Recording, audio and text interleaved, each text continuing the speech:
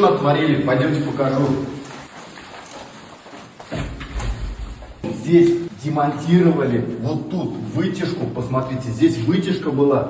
Здесь вытяжка была от потолка, вот настолько опускалась. Представляете, насколько потолок опустили застройщики. Что мы сделали? Мы будем закладывать сюда вентиляционные каналы, небольшой, вот буквально 5-10 сантиметров. И потолок оставим 2,90. Также, смотрите, демонтировали здесь полностью дверной проем. Подняли его на 2,30. А вот здесь у нас был тоже проход, и мы его тоже демонтировали и сделаем одним полотном. А кому нужен хороший ремонт, пишите, звоните, подписывайтесь, пишите комментарии, приедем, поможем.